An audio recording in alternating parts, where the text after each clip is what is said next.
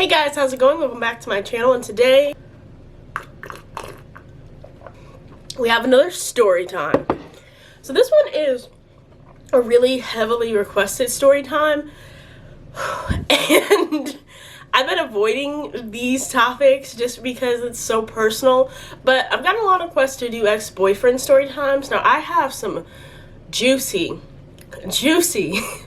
ex-boyfriend story times that, like, I don't know, I feel like with some of these people, we're still cool. I want to ask for consent before I go telling their life story, because it's just not my story as well. But, so today's story, before we get into it, I do want to give a trigger warning. I am going to talk a little bit about mental and emotional abuse.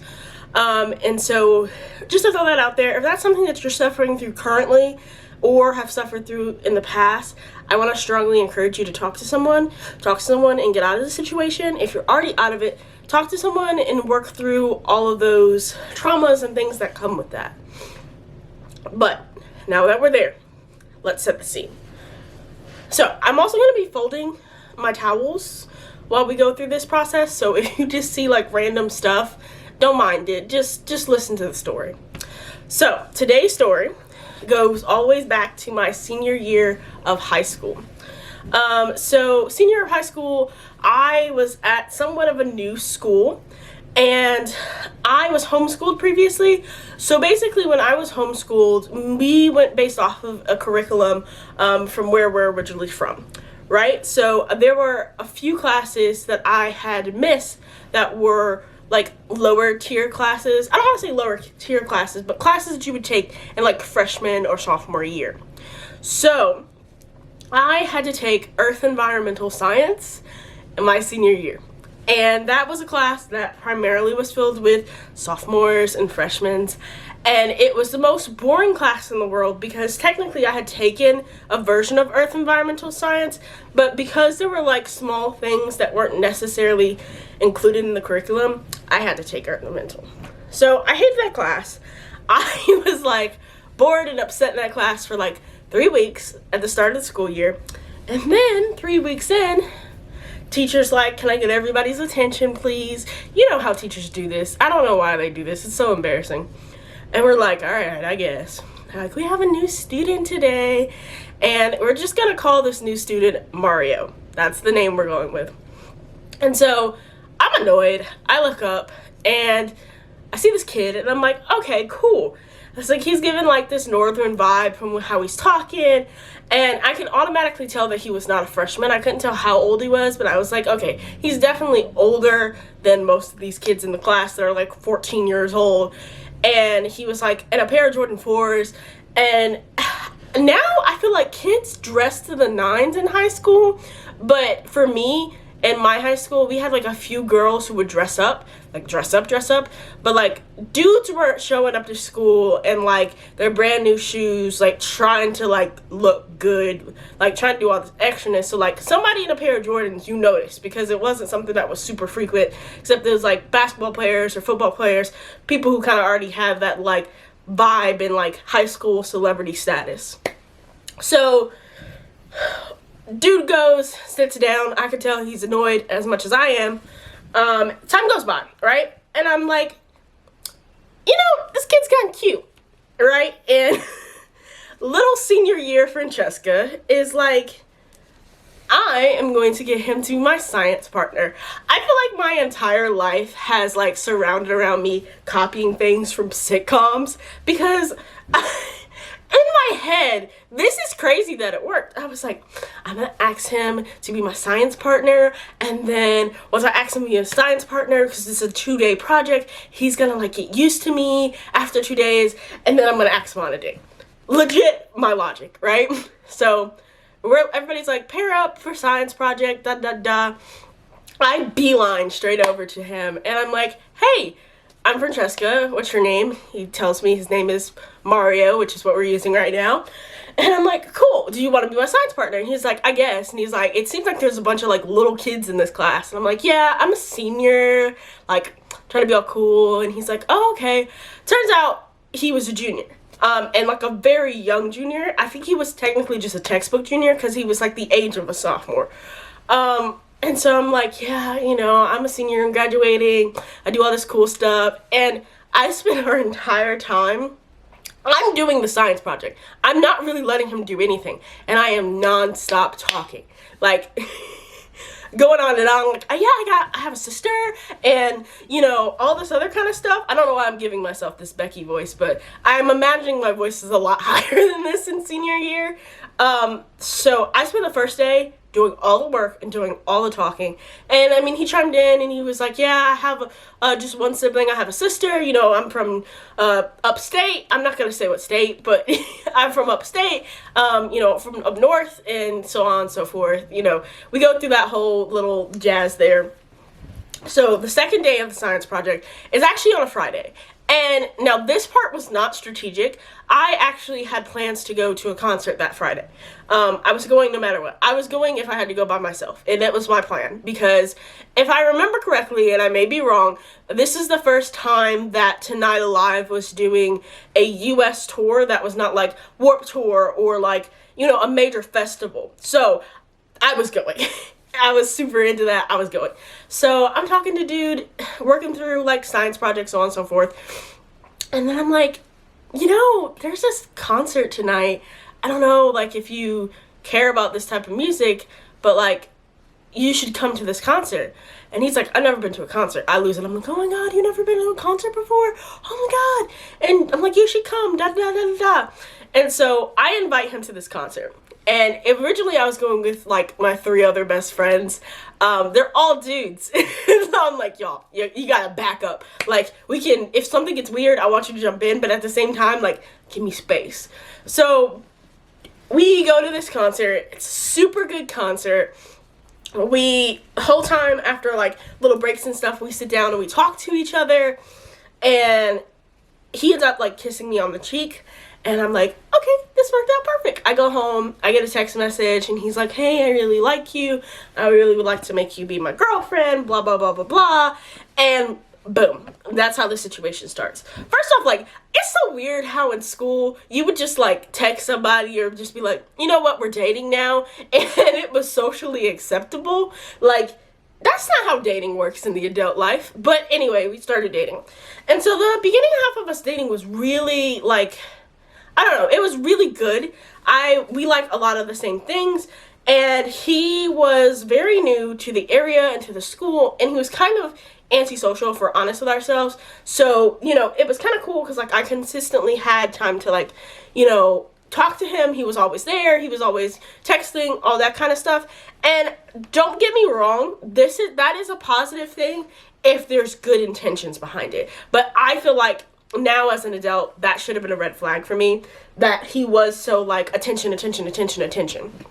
And so time goes by, he meets my mom, and this is like something that I remember so well. This is like one of the like core memories of our relationship.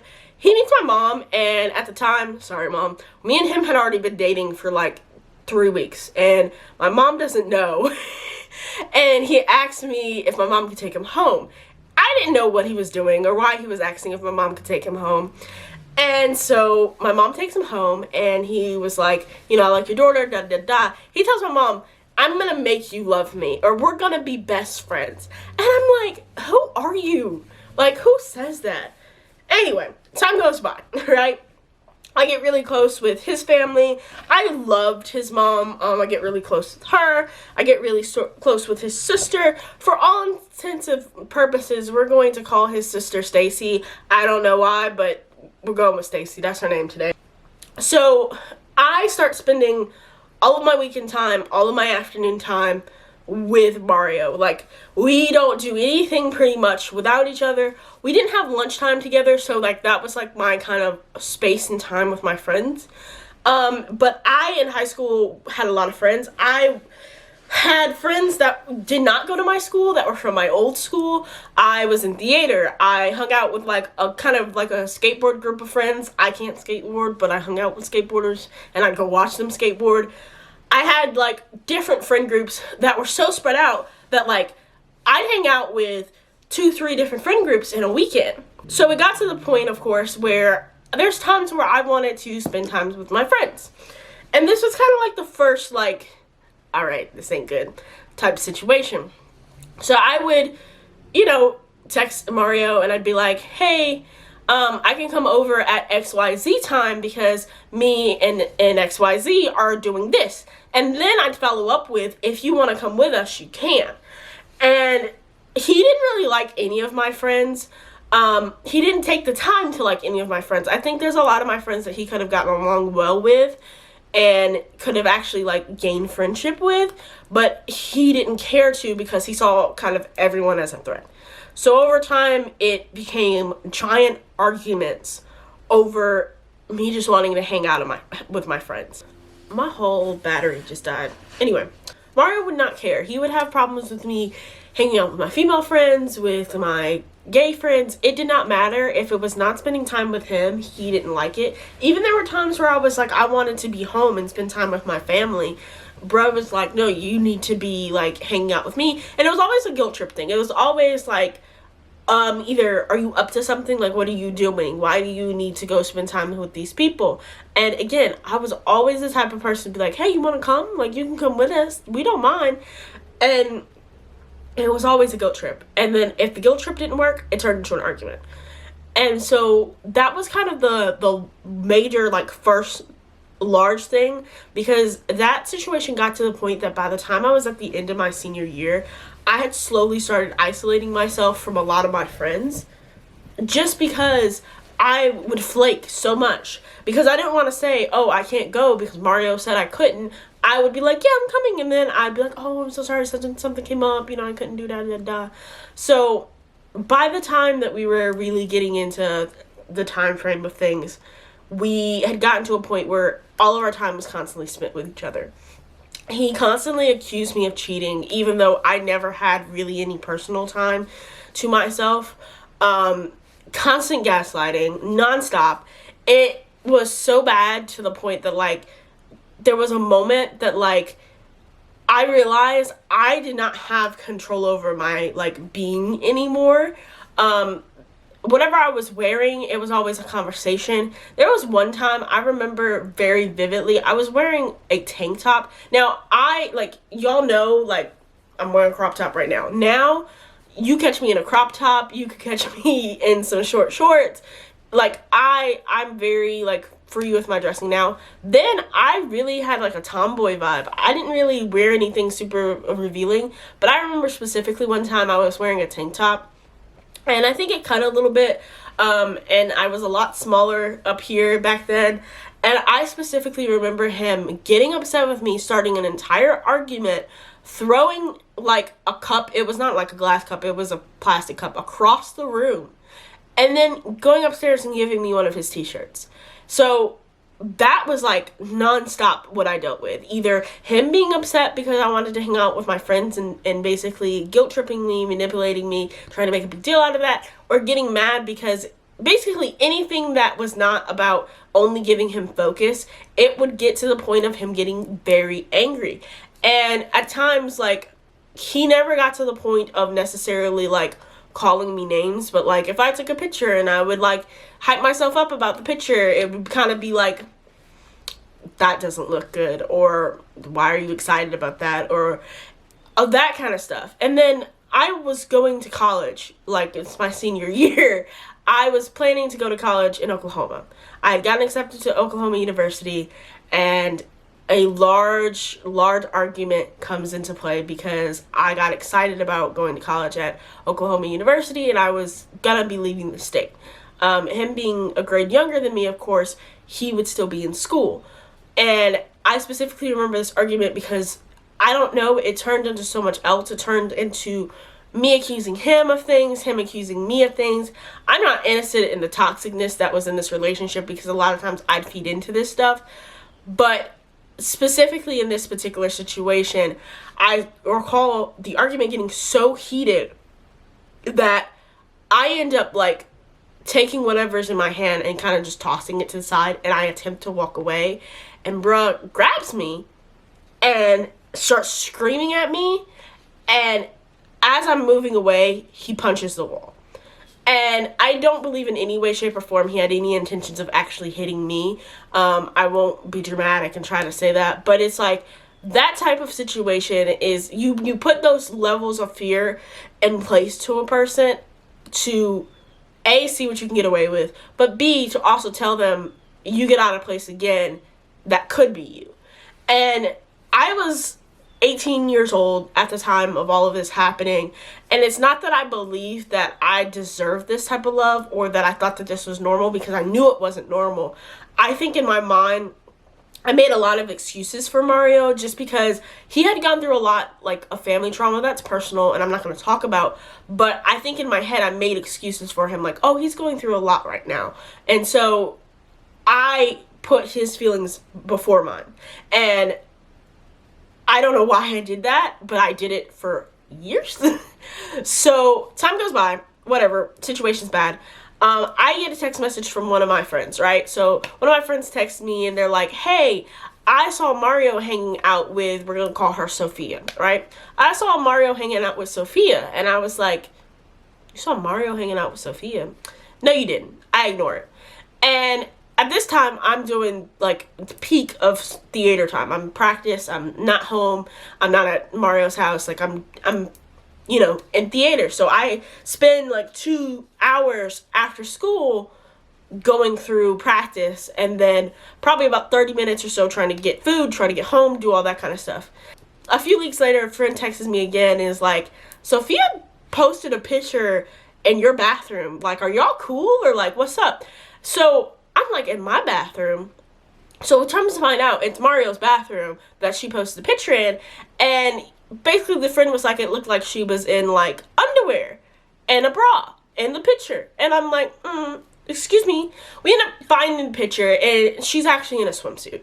But at the same time, like, red flags start going. I'm like, wait a second here. Why is this girl in your bathroom in nothing but a swimsuit? And, as I was preparing to tell this story time, my 26-year-old self just realized there's no pool in the community that Mario lives in. I did not realize that until now.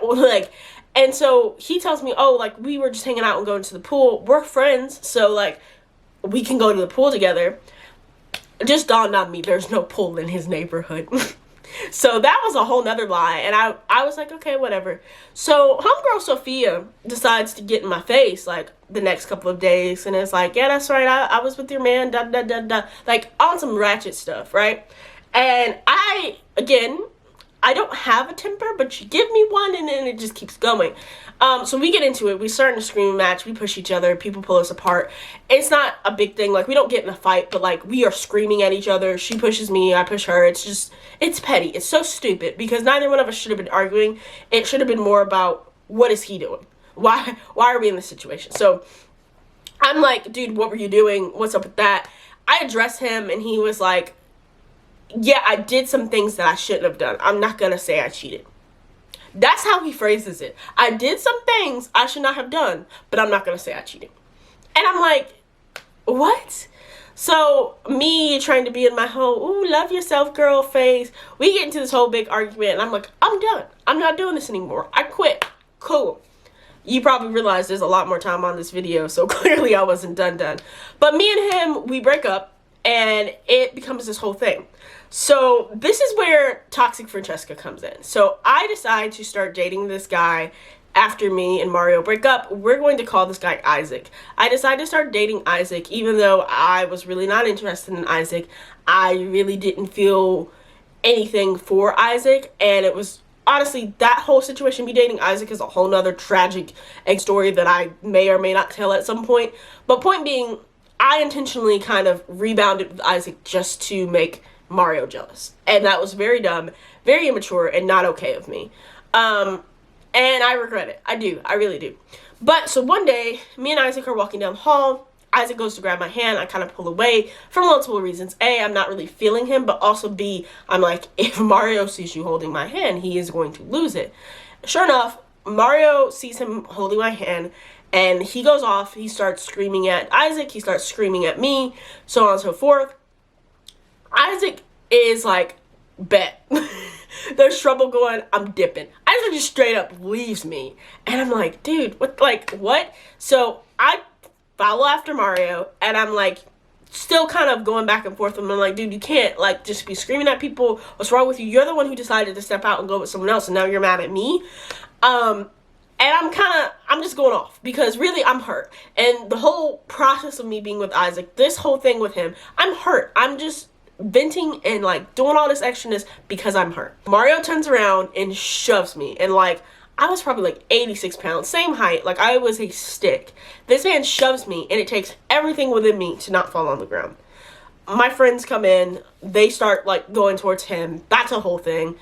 And they all get into an altercation. It's a whole problem. It's a whole thing. Whatever.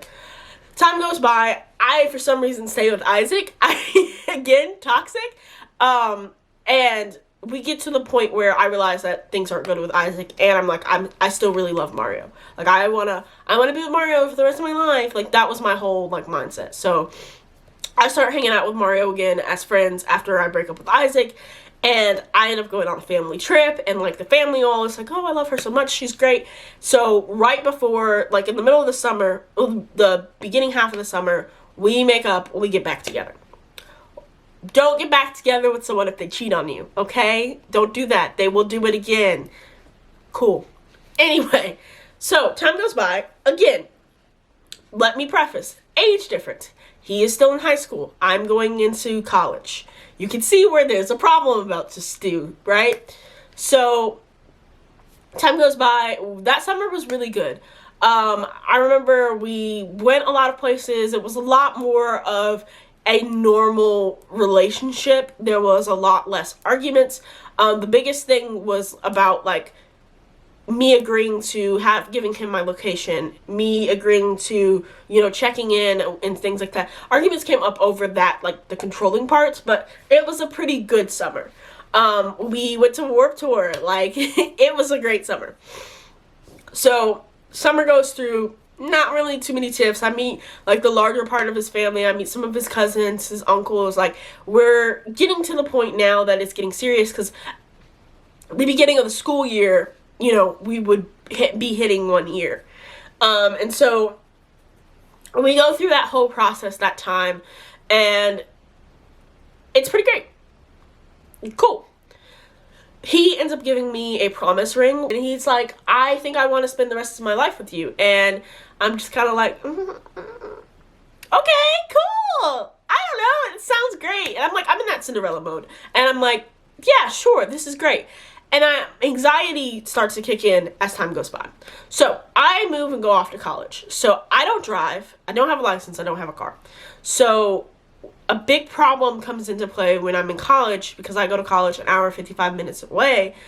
It's a bigger issue of how come I can't see you every weekend, right?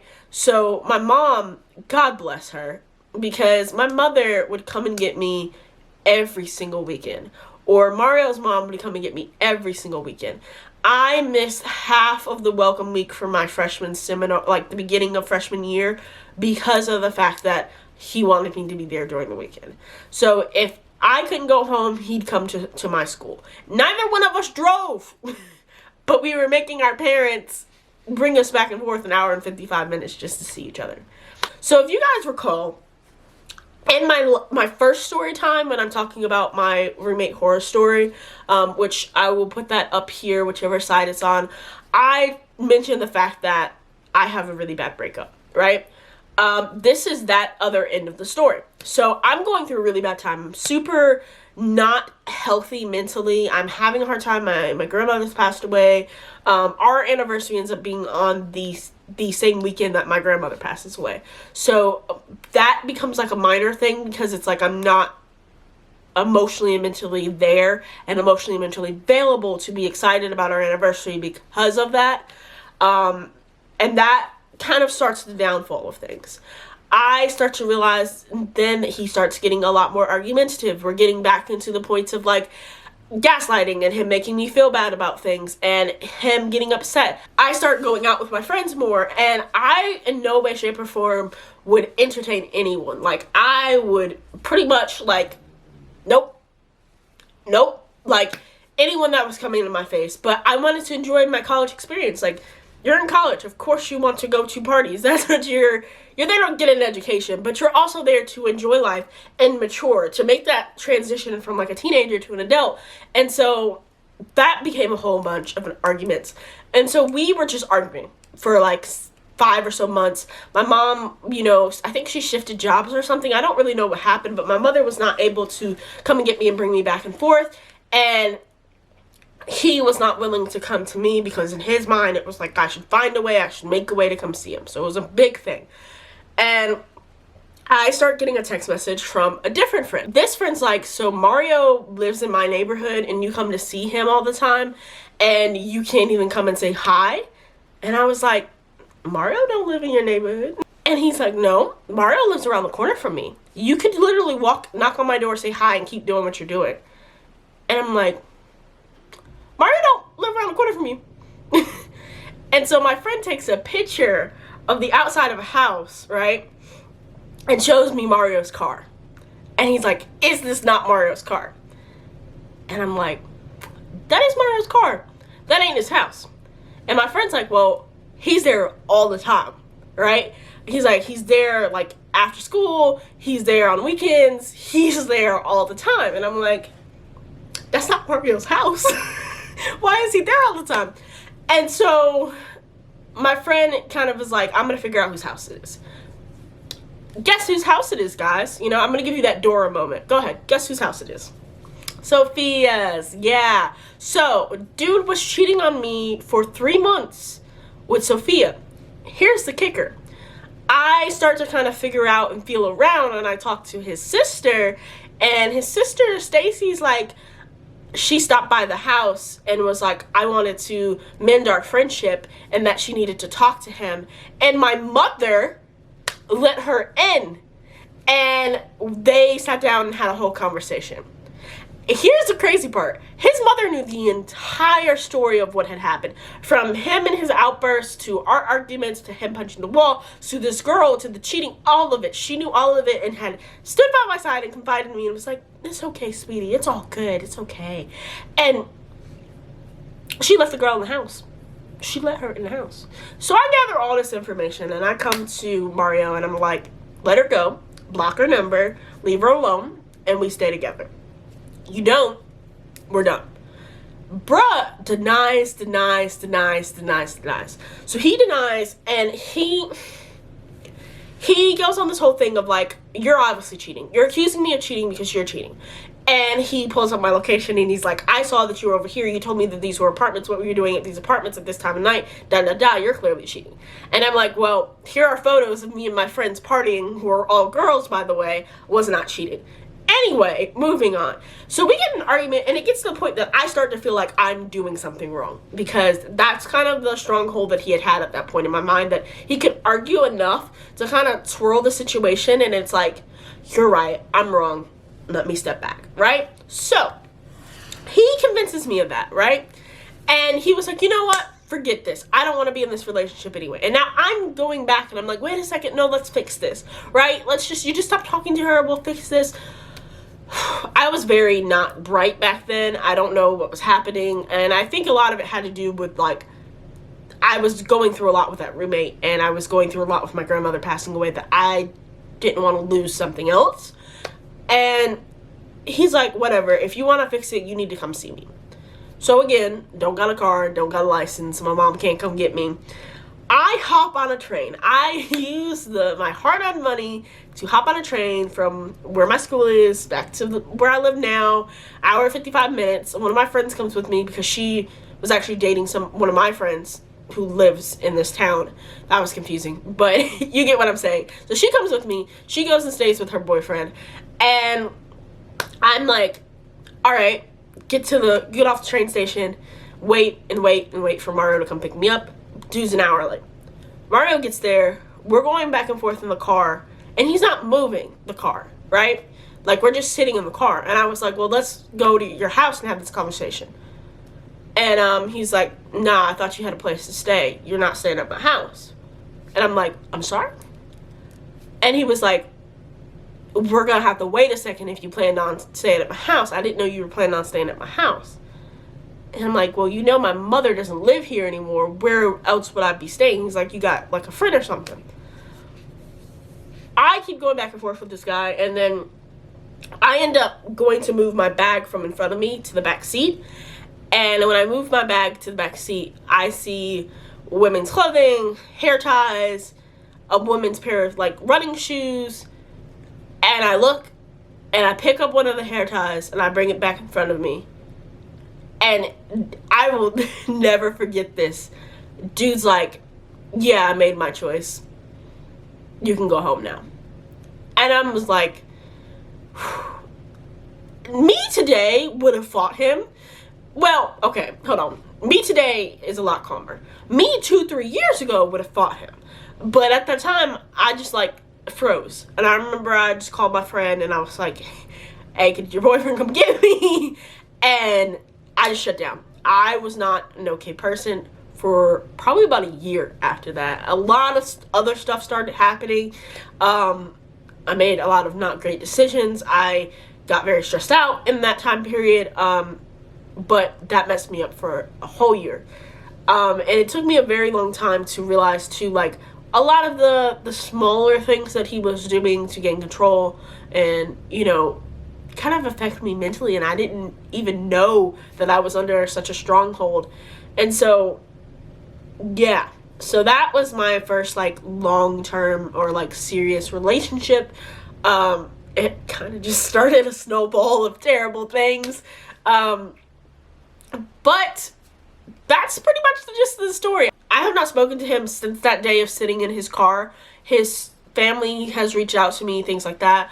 But it's no skin off my back. I think I've had a lot of poor decision makings in relationships, or like who I chose in relationships in the past because of this situation. I had not fully dealt with the trauma from that situation, and so I just kept taking that trauma into more and more relationships, and it just snowballed into mess. And I'm very thankful that I've worked through all of that.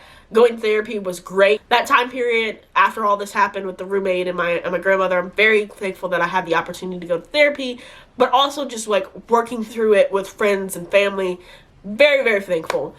But yeah, so that is my ex-boyfriend story. Yeah, I really appreciate you guys for watching. I have a lot of new subscribers, so if you're new here, thank you so much. We're glad to have you. And if you watch this video all the way to the end, go ahead and give me a heart down there in the comments.